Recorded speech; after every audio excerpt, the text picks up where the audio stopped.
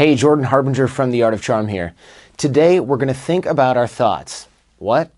I don't know about you, but for me, I often find that a lot of Art of Charm clients and myself, I go back to the same old repetitive thoughts, stories, dreams, worries, and beliefs over and over in my head. And the thing is, if someone else ever talked to us the same way we think in our heads, our reaction would range from simple boredom, irritation, and annoyance to outright rage. If you talk to your friends the same way you talk to yourself, you wouldn't have any friends. But inside our own heads, we seldom seem to get bored of our repetitive thoughts. What's worse, we very rarely actually question the validity of those thoughts. Who's to say all that dialogue inside our heads is even remotely accurate or true at all? We tend to believe our own thoughts unconditionally. This makes perfect sense, right? I mean, whose opinions, thoughts, and assessments of ourselves should we trust? The problem is that our thought patterns are largely formed out of habit. The belief systems and thought processes we have inside our heads also get stronger and reinforced as we get older, of course, the more we use it. And this happens regardless of whether or not these thoughts are even true. For example, I'm not cut out for this job. I might fail if I try. She'll never like me. I'll never fit in here. If any of that sounds familiar, you know what I mean. One of the best things we can do for ourselves is to take a really good deep look at our mental chatter when we have these types of thoughts. Then and only then do we create an opportunity to make a choice as to whether or not we want to continue with that thought, keep that belief system, challenge it, or create a new pattern that actually serves us better. Now, when these thoughts bubble up, do you find yourself exaggerating or distorting the situation? Do you see things through some sort of mental or emotional filter instead of seeing the whole picture? The way you observe things impacts your thoughts, and your thoughts inform how you feel, which in turn influences your beliefs. So notice your belief patterns showing through as they arise and challenge them if they're not the ones you'd like to see in your life, if they're not moving you forward. And yeah, I know this is much easier said than done.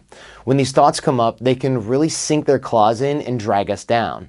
If you notice this happening, question their validity. Is the risk of failure really impossibly high? Are you really not smart enough? Are you really so unattractive that you're completely unlovable? Who might disagree with that assessment and why? The problem isn't the thoughts themselves. It's the fact that we take these thoughts as truth without questioning them at all just because they're ours. And it's a cycle. The more we believe these thoughts, the stronger the belief patterns associated with them become. So question them. Let the thoughts come and question them. Is this really the truth? Is this really what you want to believe? What you need to believe, for example, to get to where you want to be? Now, the best part of this practice is that the more we challenge our thoughts, the more we're able to put some weight behind and reinforce alternative thought and belief patterns that actually serve us better and are healthier for both us and our goals. Now, this does take time and effort, but think of it like going to the gym and building your body and your muscles. It doesn't work if you just go one time and work out. It has to become a habit. Same thing with your thoughts and beliefs. Question them, work them out, mold them into what you want them to be over and over again.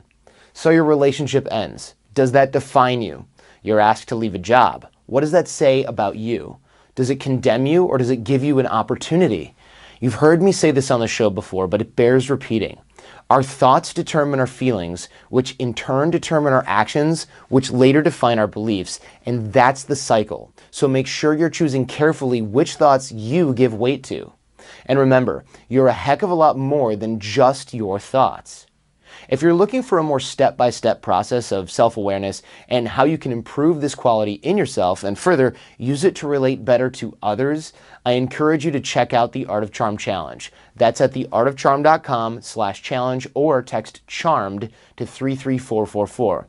We'll send you action steps every single week to help you level up on your relational skills in both the personal and professional arenas, and we'll show you where and how you can improve.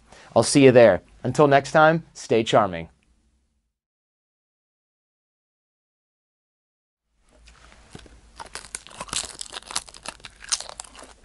Oh yeah, this is what happens when we film through lunch.